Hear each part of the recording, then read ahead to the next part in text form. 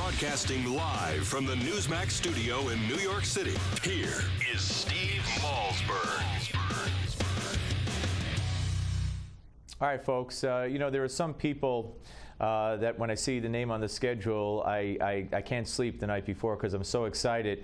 And sitting next to me is one of those names and one of those people and one of those guests. And I am very honored to say hello to Lynn Cheney, the wife of former Vice President Dick Cheney, Senior Fellow at the American Enterprise Institute, and accomplished author. And her latest is James Madison, A Life Reconsidered. And I hold that right here in my hand. So nice to meet you. Well, it's great to be here. Thanks for having me. And like I said, your husband, who I had the pleasure of interviewing, Donald Rumsfeld, John Yoo was up here last week, and to me, you're all part of I know it was such a short time ago, relatively speaking, and James Madison was a long time ago, and we'll get to that, but boy, do I miss Bush, Cheney, Rumsfeld. Do I miss that America? Because we're living in a different America right now, are we not? Well, I think James Madison would also think so. The idea, you know, that the president can change the law on any given day simply by, you know, refusing to enforce immigration or refusing to go ahead with the mandates that the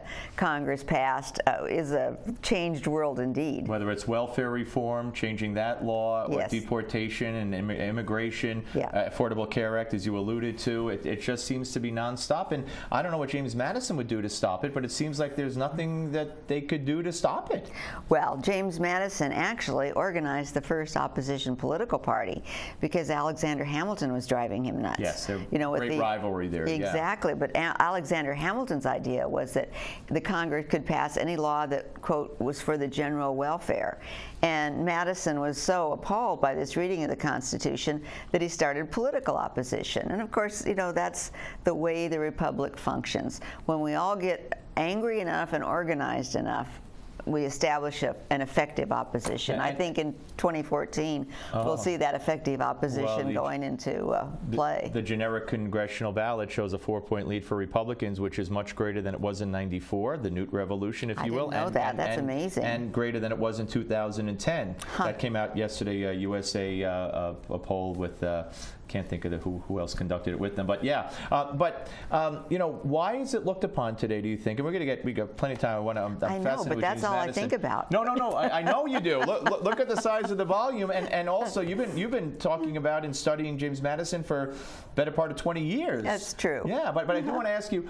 You mentioned getting angry enough and political discourse and opposition. Why is that portrayed today as being such a bad thing, to the point where they make up this mythology that Tip O'Neill and Ronald Reagan would go across the street and have a beer, and Reagan's people say that never happened? But why is that considered bad today, that people disagree? Well, partisanship has always had a bad name on the part of those who are in power and don't like the partisans who are trying to become powerful. So, you know, I think that you get it a lot in the mainstream media. You get it a lot in, you know, magazines you might read, and there are some online places too. But for those of us who are in that loyal and we hope increasingly effective opposition, we're doing the American thing. This is what James Madison set the pattern for long ago. Go into opposition, be organized, and win your place. All right. How did you? I know why you started with Madison when you were involved with the U.S. Constitutional. Right, the 200th anniversary of the Constitution. But why did you gravitate towards Madison as opposed to anybody else? Well, partly because he is a man of such enormous achievement. He was not only the architect of the Constitution and the Bill of Rights, he was crucial to the establishment of the first government. He was the first president to take the country into war under the Constitution. So magnificent achievements and great underappreciation. President Kennedy called him the most underappreciated president, and I saw that early on. You know, it was just this great gap between what he had accomplished and how much he was looked upon in favor, or how much people even knew about him. Right, and why do you think that that's the case? You know, I sometimes think that Well, a big part of it is that he didn't chop a cherry tree down. No. He told lies, I guess, and he didn't free the slaves. So I guess he got lost in the shuffle. Well, part of it happens to politicians, I think, if they're unlucky in their biographers. And he was very unlucky in his major 19th century biographer, Henry Adams, who just didn't like Madison all that much and wrote, quite a long tome to prove it. That sort of set a tone that we're still recovering from, I think, and I hope I can play some part in that recovery. Well, he got very lucky in his later biographer, if you will, with Lynn Cheney. You talk about the people of who founded this country and the people who got this country going, and people like James Madison, and I want to talk about some of his friendships. I know Thomas Jefferson was a friend of his, and I just find that fascinating.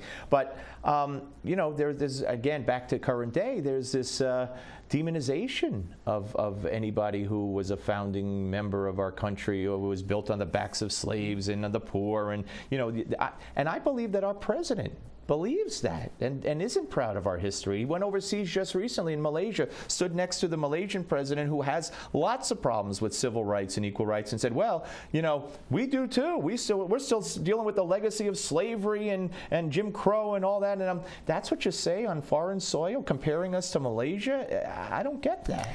Well, part of it is we forget that President Obama comes out of an academic background. He was teaching constitutional law. And if you want some idea of the mindset on campuses, just look what Rutgers has done to Condoleezza Rice. There's this idea on campuses that is mostly about how this country has oppressed people.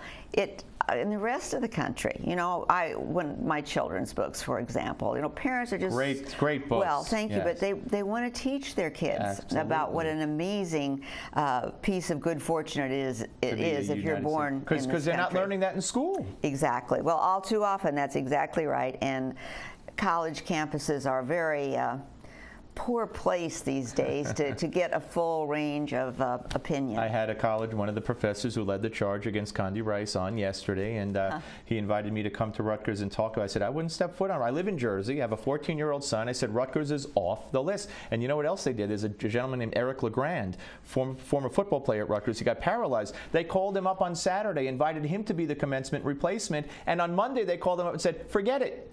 We got Tom Kean, the former governor of New Jersey, so he's devastated. He's paralyzed in a wheelchair. He tweeted out to his 1 million followers he was going to be the commencement speaker, and they dismissed him too. So I don't get what's going on at Rutgers, but stay where you are. We are privileged to be joined by Lynn Cheney, ladies and gentlemen, the author of James Madison, A Life Reconsidered. And do yourself a favor and do your kids a favor too, although it's not a children's book. Get this book, learn and teach to them. We're coming back with Lynn Cheney on the Steve Malzberg Show.